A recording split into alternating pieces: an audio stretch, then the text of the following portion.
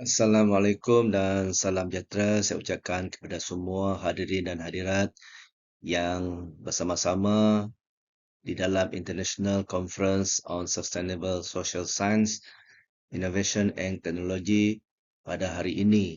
Saya Siddiq bin Pawi, calon PhD daripada Fakulti Sains Kemanusiaan Universiti Pendidikan Sultan Idris. Hari ini akan membentangkan hasil dapatan kajian saya yang bertajuk Perkembangan Sekolah Mubalik di Sarawak dalam tempoh tahun 1840 sehingga 1960. Jadi terlebih dulu saya ingin memperkenalkan penyelidik utama saya iaitu Profesor Madya Dr. Khairi bin Arifin daripada Fakulti Sains Kemanusiaan Universiti Pendidikan Sultan Idris, dan penyelidik bersama adalah Profesor Madya Dr. Abdul Talib bin Muhammad Hashim daripada Fakulti Pembangunan Manusia Universiti Pendidikan Sultan Idris.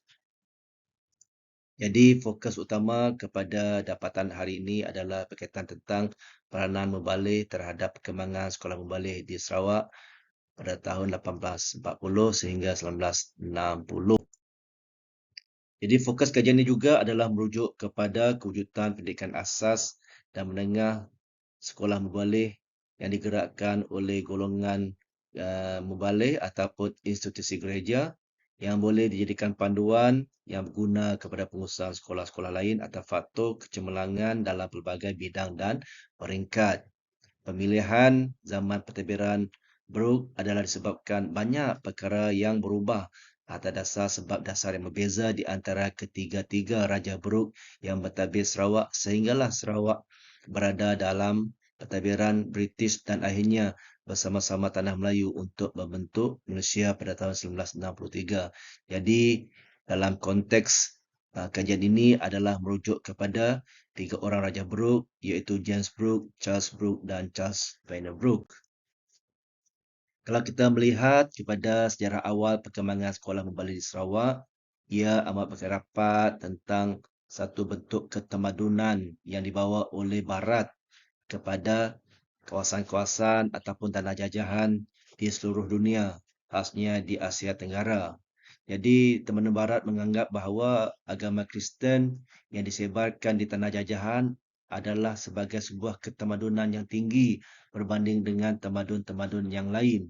Jadi, mereka berusaha untuk mengembangkan agama Kristen selain memotifkan ekonomi dan politik. Maka wujudlah satu istilah yang selalu kita dengar iaitu 3G, iaitu God, Gold and Glory. Jadi, perkara ini juga berlaku di Sarawak semasa pentadbiran Brooke apabila penyebaran agama Kristen telah dijadikan sebagai cara untuk mentamadunkan masyarakat pribumi dalam konteks tradisional, yang mana pada ketika itu pihak British ataupun pihak Brooke melihat bahawa penduduk pribumi di Sarawak pada masa itu agak liar dengan amalan-amalan tradisional mereka, maka mereka perlulah ditamadunkan melalui agama Kristen yang mereka sebarkan.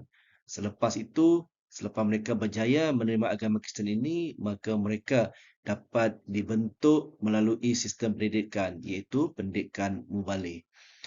Dan pada masa yang sama juga, pejabat penjajah di London telah menggunakan pendidikan di Sarawak sebagai satu saluran utama untuk mencapai matlamat politik, ekonomi dan sosial. Dan pada ketika itu juga kita lihat bahawa sikap James Brooke adalah terbuka dan tidak begitu campur tangan berkaitan dengan perkembangan pendidikan di Sarawak. Kerana sepanjang pentadbiran beliau tidak menunjukkan sebarang usaha untuk menubuhkan beberapa sekolah. Namun begitu, beliau amat menggalakkan pihak gereja ataupun mubalik untuk membuka sekolah ataupun menyebarkan agama Kristen dan pada masa sama membuka sekolah kepada penduduk pribumi. Dan pada ketika itu juga kita dapat melihat bahawa telah wujud sekolah-sekolah mubalik di Bandar Kuching dan di luar Bandar Kuching.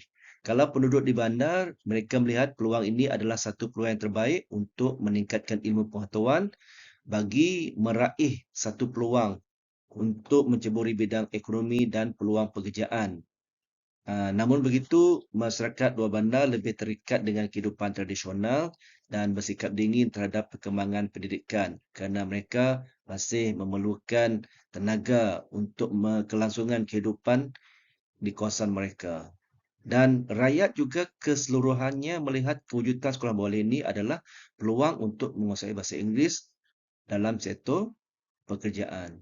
Maka golongan mubalik telah mengambil peluang untuk berdakwah dan berkubah tentang doktrin agama dan akhirnya mereka berjaya menarik minat penduduk setempat untuk memeluk agama Kristen dan melancarkan misi mereka untuk menubuhkan sekolah mubalik pada ketika itu.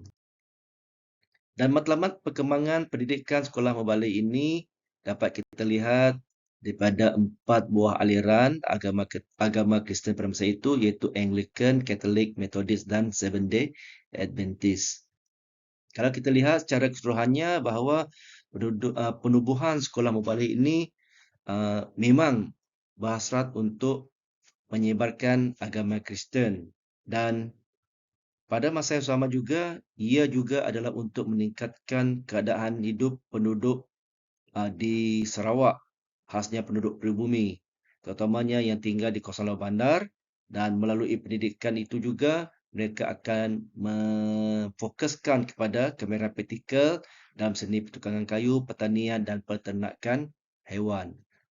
Jadi ada beberapa kenyataan yang telah dikeluarkan membuktikan bahawa agama Kristen ini adalah sebagai misi utama mereka dalam membina sekolah. Antaranya adalah S.S. Lawrence mengatakan bahawa matlamat kami adalah untuk mengkristenkan pelajar kami. Begitu juga dengan Reverend J. Paisley, pengetua pada ketika itu, mengatakan sekolah telah dirancang pertama sekali sebagai satu alat untuk membangunkan Darul Tuhan.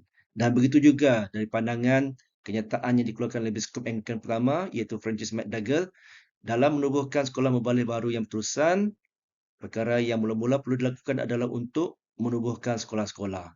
Kecuali dalam kes-kes luar biasa atau kehendak Tuhan, generasi pertama itu mudah sesat dalam keimanan mereka, walaupun setelah dibaptiskan, justru itu kita perlu mengharapkan jenis kedua yang dikristenkan untuk menjadi pemeluk tulen agama Kristen.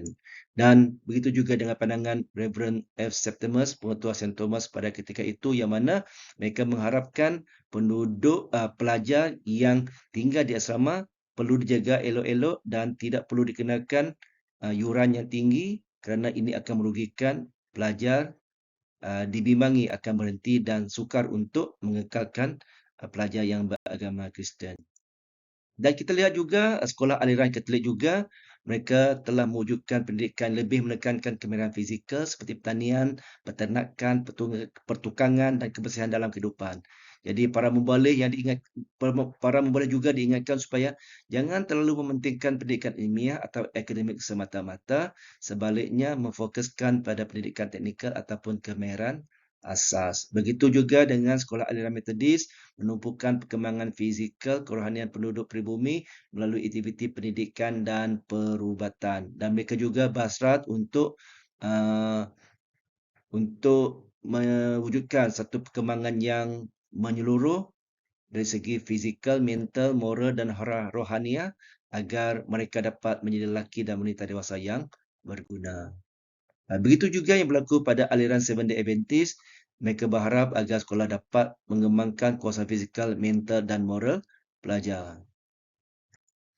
Dan pada masa yang sama juga, pendidikan sekolah mubalik vernacular juga telah wujud. Dan sekolah mubalik vernacular ini kebanyakannya berkembang di kawasan luar bandar. Contohnya, Anglican berkembang di bahagian pertama dan kedua, Katolik berkembang di bahagian ketiga dan Bau, itu di Singai, Methodist berkembang di Sibu, khas kepada produk Cina Fuchau dan sedikit di Penerbangan Kapit. Seventh-day Adventist banyak berkembang sepanjang Jalan Kuching Serian. Jadi, sekolah mubalik vernacular ini kebanyakannya menggunakan bahasa ibunda dalam menjalankan misi pendidikan mereka. Contohnya, bahasa Melayu di bahagian pertama dan kelima, bahasa Dayak, Laut atau Iban di bahagian kedua dan bahagian ketiga. Dan secara keseluruhannya, perkembangan sekolah mubalik ini, vernacular ini agak kurang memerangsangkan lah, atas sebab dasar pendidikan percuma menyebabkan ibu bapa kurang berminat untuk menghantar anak mereka ke sekolah. Itu kurang kesedaran terhadap pendidikan pada masa itu. Kesimpulannya, kewujudan sekolah mubalik telah berjaya memberikan pendidikan asas kepada penduduk pribumi Sarawak pada zaman pemerintahan Brooke. Dan peranan mubalik juga telah berjaya mengubah taraf hidup masyarakat pribumi yang mementingkan pendidikan untuk masa depan. Sokongan penduduk setempat juga serta dasar keterbukaan pentadbiran Brooke sebenarnya telah melancarkan misi keagamaan bersama misi pendidikan. Sekian saja perkongsian daripada saya. Saya berharapkan agar dapatan ini dapat memberi satu nilai tambah kepada semua pendengar dan dapat dijadikan sebagai satu panduan untuk beberapa kajian ataupun pendidikan yang lain pada masa akan datang. Sekian, terima kasih kepada saya, Siddiq bin Pawi. Assalamualaikum warahmatullahi wabarakatuh.